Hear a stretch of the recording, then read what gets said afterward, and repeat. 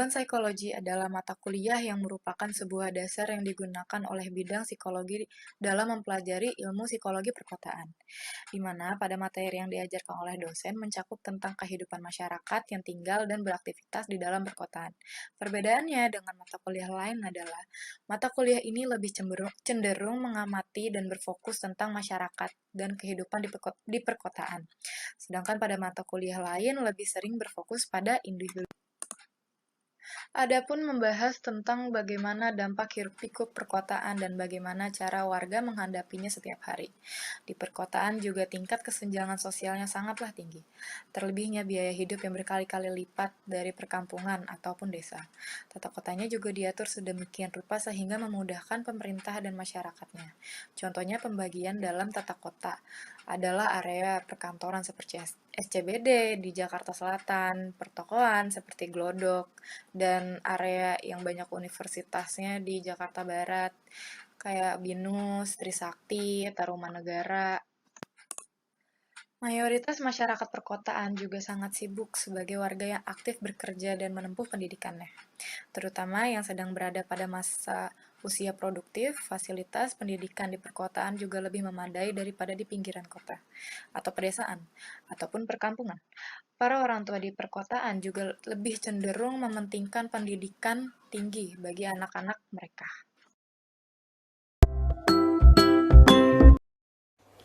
Dalam mata kuliah Urban Psychology, kami mempelajari berbagai macam istilah yang menjelaskan fenomena-fenomena dan teori yang terjadi pada lingkup perkotaan, namun tetap mempengaruhi aspek psikologis manusia. Salah satunya adalah urban sprawl. Istilah ini mengacu pada fenomena di mana pembangunan pada perkotaan difokuskan ke arah yang lebih baik dan positif dengan memprioritaskan kondisi psikologis masyarakat daerah tersebut. Salah satu contohnya adalah Car Free Day yang mempromosikan pengurangan emisi karbon dioksida yang tentunya berdampak baik bagi lingkungan dan juga mendukung kontak sosial dan gaya hidup yang lebih sehat bagi masyarakat. Istilah lain yang pernah muncul dan sempat populer tempo hari adalah gentrifikasi.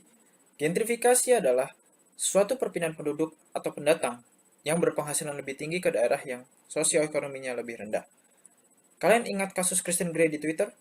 Ya, Grey secara gamblang mengajak warga dunia di Twitter, terutama dari Amerika Serikat, untuk berpindah dan bertempat tinggal di Bali, karena salah satunya adalah biaya hidup yang lebih murah, padahal COVID-19 sedang melanda.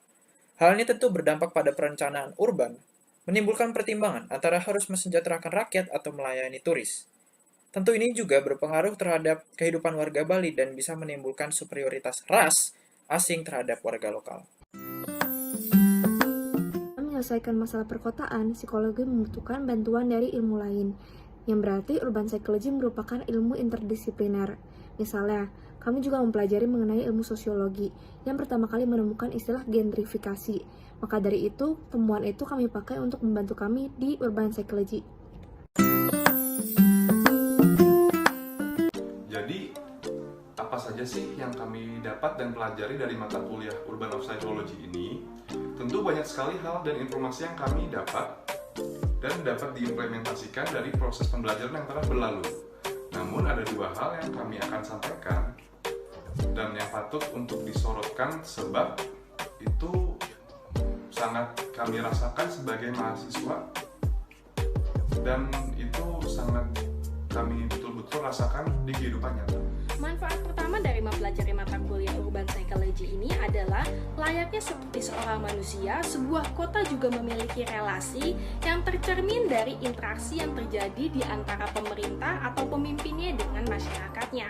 Dari hal tersebut kami menjadi tahu bahwa pemimpin memiliki peranan yang begitu besar dalam berbagai aspek termasuk relasi untuk mewujudkan sebuah kota yang menjadi lebih berkembang dan bertumbuh lebih baik lagi. Selain itu, kami juga tahu bahwa seringkali interaksi atau relasi buruk terjadi di antara pemerintah dengan masyarakatnya itu dikarenakan oleh adanya miskomunikasi ataupun miskonsepsi yang terjadi di antara pemerintah dengan masyarakatnya. Hal tersebut juga seringkali kami lihat bersama dalam bentuk nyata, yaitu demo-demo yang terjadi di Indonesia.